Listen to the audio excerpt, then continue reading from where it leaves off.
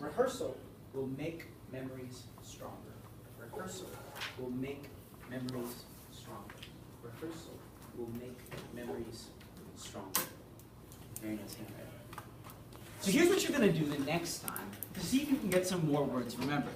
This time, instead of just looking at the words, you will whisper them very quietly to yourself so that you can rehearse them. What that'll do is not just help you remember them, but it'll help you remember them in two different ways. It's not just seeing them, but it's also saying them and hearing them. This is not the list. This is the previous list.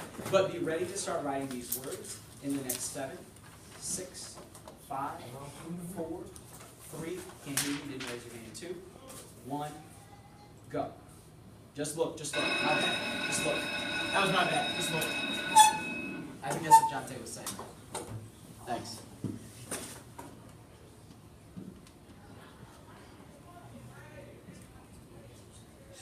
You can whisper them to yourself.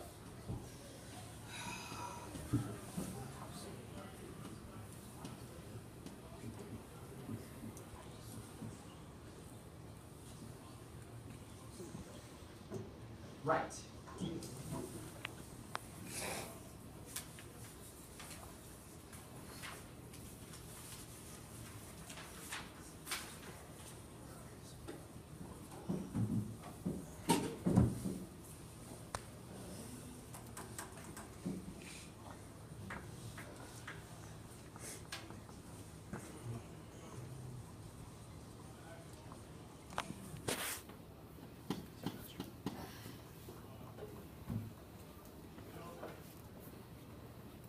Halfway there, something may come to you while you're just thinking.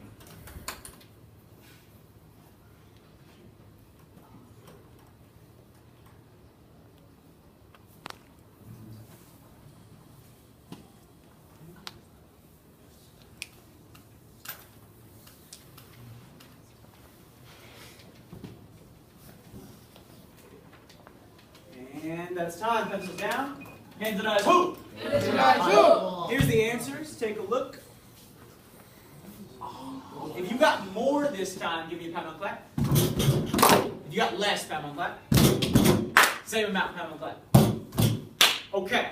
I'm going to teach you 4 more strategies. This one works if you just keep drilling it into your brain. But unfortunately, drilling things into your brain is exhausting and painful. And most people don't like to do it. So let's take a look at the next one. Turn the page. Turn the page. Memory tip number 2 is called organize. And organize helps you convert semantic memory into an episodic memory. When you organize facts together into a seamless storyline, all of a sudden you have a bunch of different separate things that come together. Why might it be easier to store one episode in your brain than 12 separate facts? Why might it be easier to store one episode in your brain than 12 separate facts? Zion, why might it be easier to store one episode in your brain than 12 separate facts? It's like when you were little, you listen to like an old nursery rhyme, Mary Had a Little Lamb.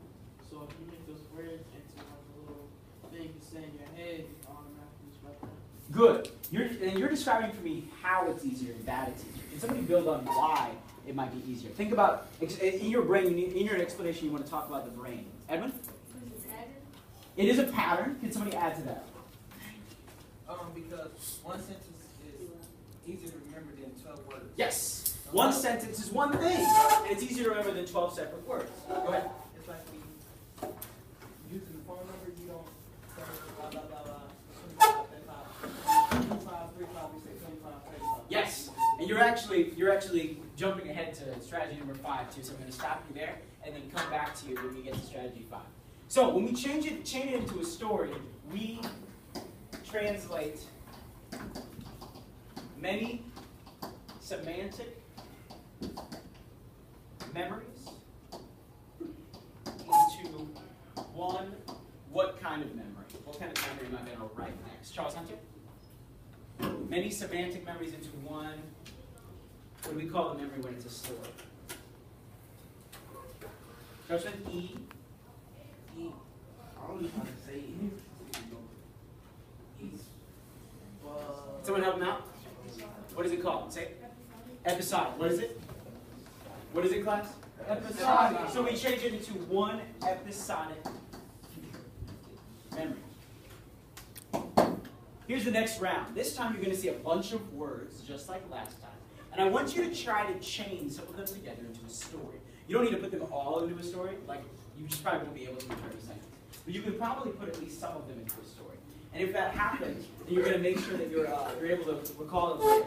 When you actually make this list, you don't need to keep them in order. You can put them in any order. So if you have the story in a different order, that's fine with me. Be ready to look in 3. Yes? So, like, the question is like this, like, it says, and then, like, only can, like, put it in, like, this, like, That's fine. Yep. That's fine with me. You can write it in that order. 3, 2, 1, look.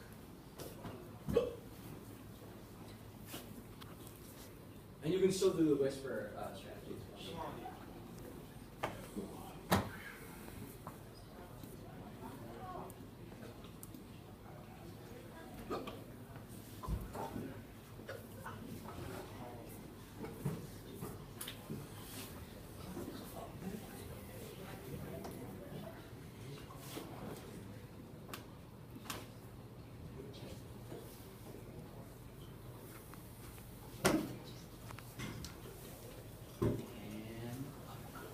Right.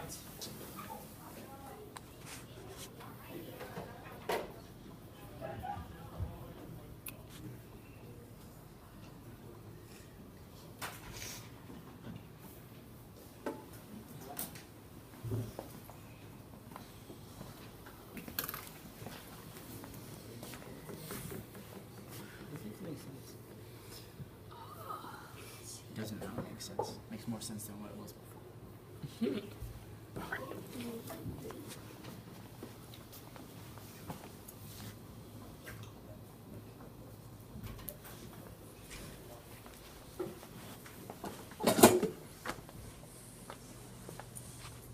10 more seconds.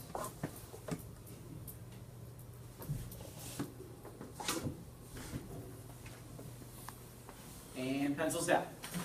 Track number 4, 3, 2, 1, 0. You got more. Time on clap. I like that sound. Last time on clap. Ooh, very nice. Same. Time on clap. Okay, cool. Here are your answers. Take a look. I've got a couple different ones that you may have missed. I think it's always harder to remember multi-syllable words than single-syllable words. Why might that be? Why might that be? Let's go to Jalen. Why would it be harder to remember longer words than shorter words? short words will only be, like 2 big letters, but big words will probably be, like, up to 7 or more letters. So by the way, these are all taken from a list of kindergarten sight words. So what sight words were, I don't know if you remember this when you were in kindergarten, but they basically would try and get like, okay, cool. You see this word, you know the word right away. And these are really good words for this activity if you ever want to try it on any of your friends. Sometimes it can be a decent challenge to see who does better. Let's talk about strategy number 4, but before that, any comments, questions, or concerns? I'll take 3 at most. 1, 2. Well, I got a comment. Pause. Posture. 5, 4, 3, 2, 1, 0. Go. I couldn't remember, like, okay, I'm taking too long to put it in a sentence, so I just put it in the song. Oh, yes. I want to talk about rhythm and song at the end of class, so please, I know I keep pushing you to the end, but I definitely want to talk more about that, so keep that in mind, because that's really important. 2? When I was looking at the words, I made into a story, and so that actually helped me get more words. So Oh, that's nice. a better way to memorize things. Yeah, and that's what organization is all about. And a lot of times, you can mix these memories together. Obviously, these skills and talents can come back to you when you're studying for tests as well. That's something. Yeah. Okay, let's take a look at number 3. This one is the hardest one to understand why it helps, and it's visualization. Honestly, visualization will be difficult on these lists. They're better for other kinds of concepts, like if you're trying to kind of piece together a history episode, like a history story. But let's talk about it. Where is the visual cortex in your brain? Where is the visual cortex in your brain? Jalen? Quite the opposite. So, in the back. Does anyone remember the name of the lobe? What's the name of that lobe in the back of the brain? Try? No, because that would be the front. Let's go to Edwin. It's hard to say. Yeah, it's like that. Everybody repeat after me. Occipital. Repeat after me, not with me. Occipital. Thank you. The occipital lobe is in the back of the brain. It's the largest of your sensory cortices. hearing center, smelling center, all the other centers in the brain, they're smaller compared to the vision center. If the vision center is really large, then why would visualizing a memory, visualizing a fact, coming up with an image for it in your brain and imagining that, why would that help you remember it? Your answer needs to refer to the size of that area of your brain. If it's the largest area of your brain, why would visualizing a memory help you remember it? Somebody besides Charles or Mel, I'll call him whoever I want. Oh, give it a shot. Because it's the largest in your brain, so therefore, that's like, you said it's the biggest lobe. It's the biggest sensory cortex. Sensory cortex. Okay, so that's because you rely on that the most. Like you walk, you use it to eat, you use it to do everything. So I mean, that would be the most competitive answer. Okay, that's a good answer. Why else would having the largest cortex involved in a memory help you remember something? Jonathan? So you said that's the biggest thing in the brain. I mean, what? It's the biggest of the 5 senses in the brain. Okay, I said like because it's big, so it can hold. I guess it holds the memory. Yeah, give him a hoo-up. Hoo-up! It can hold more. What does anyone remember? We learned about this on Monday. The size of the long-term memory in the brain. The unit is sort of unfamiliar. What? 1,000? 1,000 something. What? 1,000 bytes on her? Some kind of bytes, yes. 1,000. Fill it in. Terabytes. What is it? 1,000 terabytes. 1,000 terabytes. Those single hard drives that you have, that's how 1,000 of those is what's in your long-term memory. So this time, here's what you're going to do. In addition to maybe chaining a story together, try and get an image associated with either groups of words or the entire phrase on their own. You may also be able to visualize how they look on the page, the shapes of the actual words, to help you remember. I have a couple pens and pencils that are making noises. I need that to stop, and 2 postures that need fixing before I can go. 3, 2, 1, carpet. Yep, that's rough for me. I trip over that all the time. This is not the list. You have 3 seconds. Yes. Go. 3, 2, 1. Look.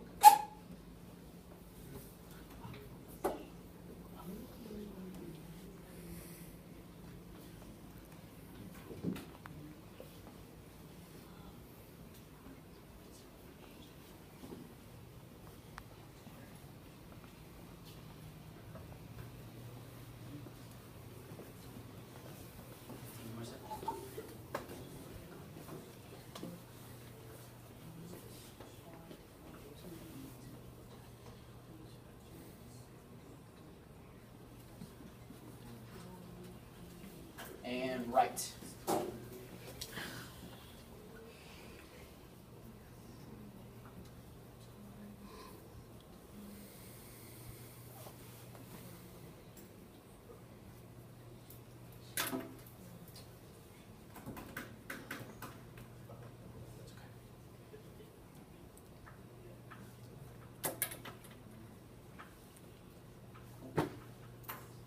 Seconds left. Like I said, I don't think this strategy works as well for semantic memory as episodic,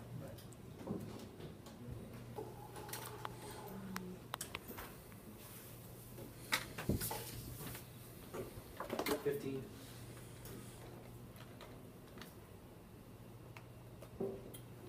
Jalen, nice sign.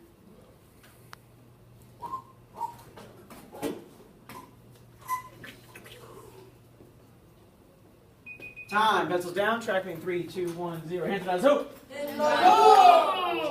Here are your answers. I know, right? If you got more this time, time on clap. Less time on clap. Same time on clap. So far, we've learned 3 strategies dealing with semantic and episodic memory. The next one is dealing with our unconscious or implicit memory. There are 2 that I mentioned, procedural and priming. Procedural memory is the kind that we use all the time when we use mirror words and gestures. The gestures themselves help you build something in, but we don't do it often enough to build a real procedural memory. You have to do it every single day for that to happen. And generally, they're sort of one-offs. Priming, on the other hand, is much, much easier to get used to. Priming, I'm going to give you 2 examples of priming, then I want you to come up with some. Priming is like when I hear a song and I remember going to a certain place. The song just reminds me of that place. Priming is like when I smell apple pie and I remember going to my grandmother's house for Thanksgiving. What is priming? Somebody describe what priming is. Oh, dream team hands. Dream team hands, but I'm gonna go somewhere else. Steven. Like receptive.